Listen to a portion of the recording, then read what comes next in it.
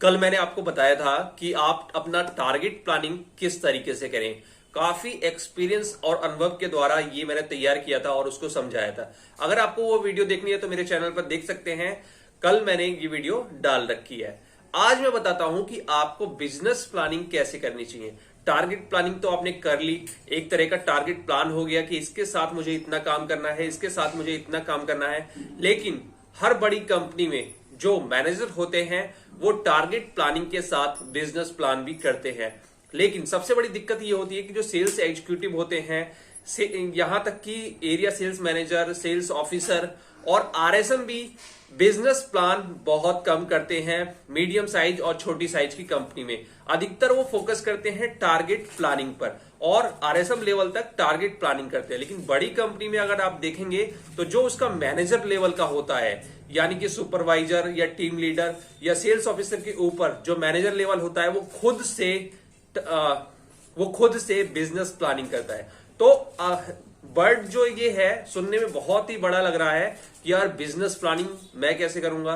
तो business plan ये है कि जो आपको एरिया जो मिला है, तो आपने सुना ही होगा कि सभी लोग कहते हैं कि जो आप अपने एरिया के बॉस हो, आप अपने एरिया के मैनेजर हो, किस तरह से काम करना है, किस तरह से पॉलिसी को इंप्लीमेंट करना है, स्कीम को देखना है, ये सारी चीजें आप खुद के बॉस हो, आपको कोई नहीं रोक सकता। तो यहां पर भी आपको कोई नहीं रोक सकता। बिजनेस प्लानिंग में क्या करते हैं कि हम प्रोडक्ट वाइज और एसक्यू वाइज प्लानिंग करके चलते हैं, पर डिस्ट्रीब्यूटर, होलसेलर और बिग रिटेलर्स के ऊपर। तो यहां पर हमें ये नजर आ जाता है कि हमें कितना प्रोडक्ट, मतलब अगली बिलिंग में हमें कितना प्रोडक्ट कौन सा बेचना है, किसकी बिलिंग ज्यादा करानी है। अगर आप ऐसा नहीं करते हैं तो क्या दिक्कत आती है।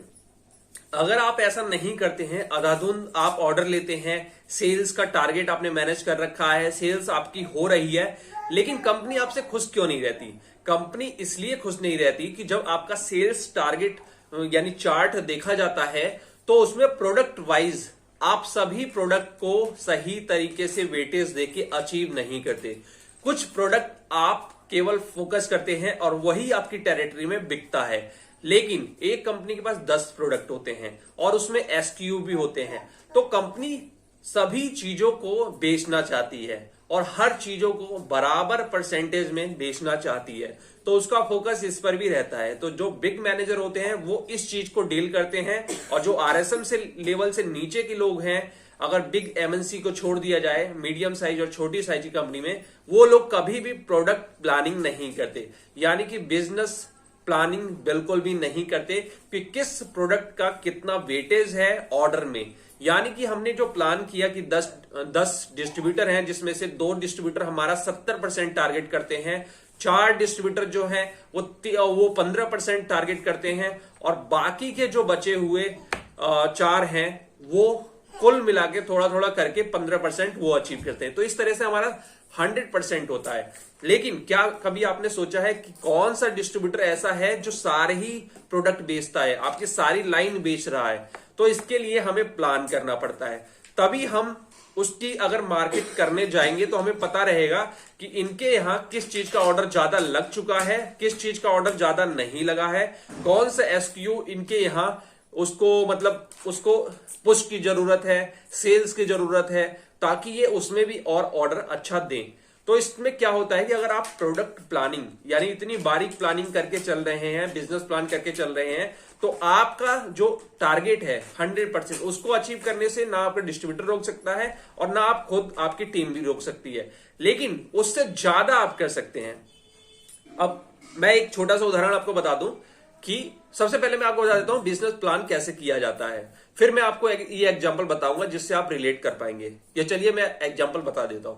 तो एग्जांपल ये है कि एक बहुत अच्छा आपका डिस्ट्रीब्यूटर है जो आपका 40% टारगेट कर देता है, लेकिन जब आप उसका एक्सेल सीट खोलेंगे उसके प्रोडक्ट वाइज सेल्स की, तो अगर आपके पास कंपनी के 10 प्रोडक्ट होंगे तो 2 प्रोडक्ट का वो करता होगा 80% सेल और बाकी जो 8 प्रोडक्ट है उनका केवल 20% वो सेल करता है।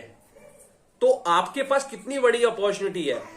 माना कि एक कंपनी के पास 10 प्रोडक्ट हैं, 2 की वो सेल कर रहा है और 8 की नहीं कर रहा, तो ऐसा नहीं है कि 8 जो प्रोडक्ट है वो कमजोर प्रोडक्ट है।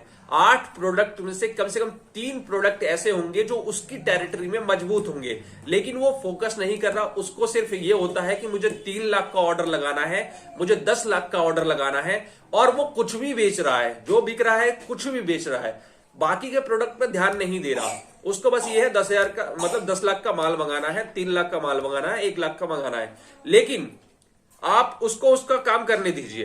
आप ये प्लान करके चलिए कि बाकी के 8 प्रोडक्ट है उसमें से 3 कौन से ऐसे प्रोडक्ट हैं जो इसकी मार्केट में अच्छा पुश हो सकते हैं, इसके अच्छे होलसेलर कौन से हैं, इसके अच्छे रिटेलर्स कौन से हैं जहां पर ये प्रोडक्ट ज्यादा चल सकता है, या कुछ हम नया इनको ढूंढ के दें, प्लान करके दें।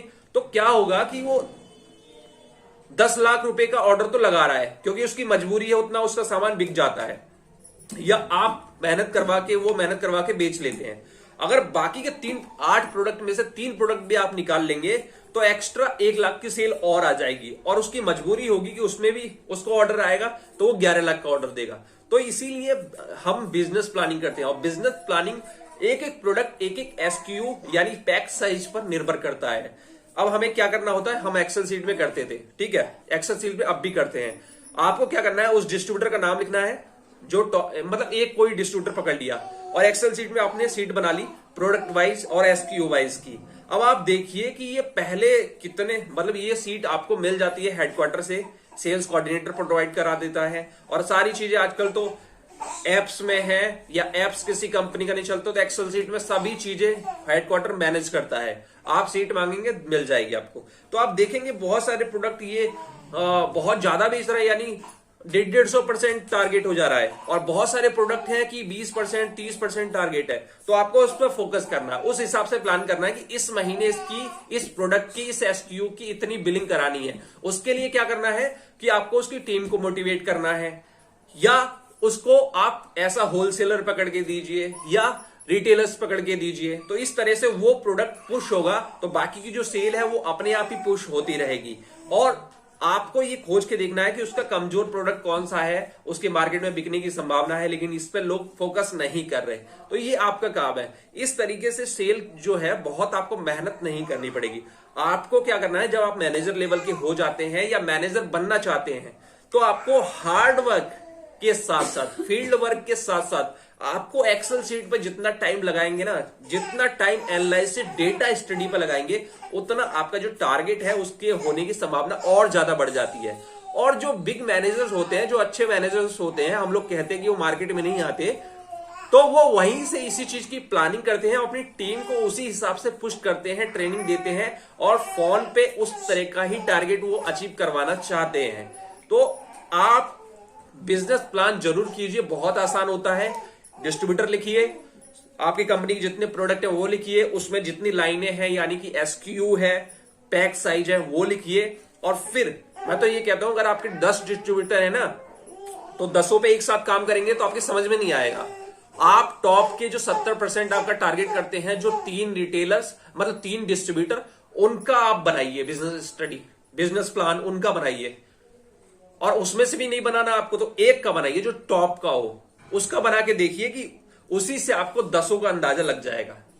एक बार बनाना आ जाएगा तो काम आसान हो जाएगा। अगली बार 2 का बनाइए, 3 का बनाइए, इस तरह से आप बना सकते हैं। लेकिन पहले 1 का बनाइए, उस पर खूब स्टडी कीजिए, और फिर उसमें कुछ आपको चीजें दिखने लगेंगी। डाटा जो है, जब हम उसके बहुत करीब होते हैं, बहुत स्टडी करते हैं, तो डाटा अपने आप बोलता है किसी भी डिस्ट्रीब्यूटर के बारे में, किसी भी कंपनी के प्रोडक्ट रेंज के बारे में।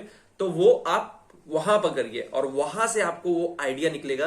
और देखो, आपके इंटरव्यू में भी काम आएगा, और आपके नेक्स्ट पोजीशन पे भी काम आएगा, और आप जिस कंपनी में अभी हैं वहां पे टारगेट पूरा करने की भी आपकी काम आएगा। वीडियो अच्छी लगी है तो लाइक शेयर जरूर करिए। आपके लाइक शेयर के लिए ही मैं ऐसी वीडियो लेके आता हूं। और चैनल को जरूर सब्सक्राइब करें, और दूसरे से भी कहें कि चैनल को जरूर सब्सक्राइब करें।